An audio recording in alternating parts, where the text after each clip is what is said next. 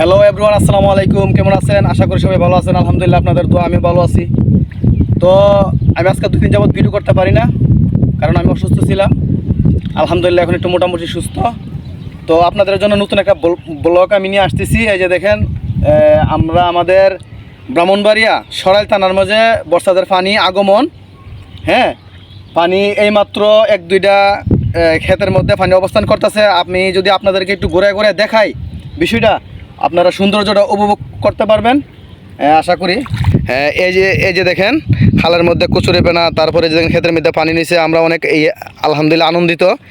এই যে দেখেন, হ্যাঁ এই যে দেখেন অনেকটা আমাদের এই যে দেখা যায় রয়েছে আমাদের টিগর গ্রাম। আমার এক ভাই জাল দিয়া মাছ মারতেছে, সকালবেলা মাছ বিক্রি করে বাজারের মধ্যে। তো সবাই আমার এই চ্যানেলটাকে সাবস্ক্রাইব করবেন। আর এই যে দেখেন আমার ভাই একটা টান দিয়েছে, দেখা যাক জালের মধ্যে মাছ উঠে কিনা। আমি যদি আপনাদেরকে হালকা একটু জুম করে দেখাই, এই যে দেখেন জালের টানটা, না মাছ উঠে নাই। এই যে দেখেন আমি আসছি ভিডিও করার জন্য এক জায়গার মধ্যে খাওয়া ভিডিও করতেছি। এই যে দেখেন পিঁপড়া আমার শরীরে অবস্থান করতেছে, কারণ তারা অনেক দিন যাবৎ খিদা, তারা কোনো খাওয়ান টাউন পায়নি। এই যে দেখেন আমার পায়ের মধ্যে পিঁপড়া, লাল লাল লাল পিঁপড়া, এই যে দেখেন।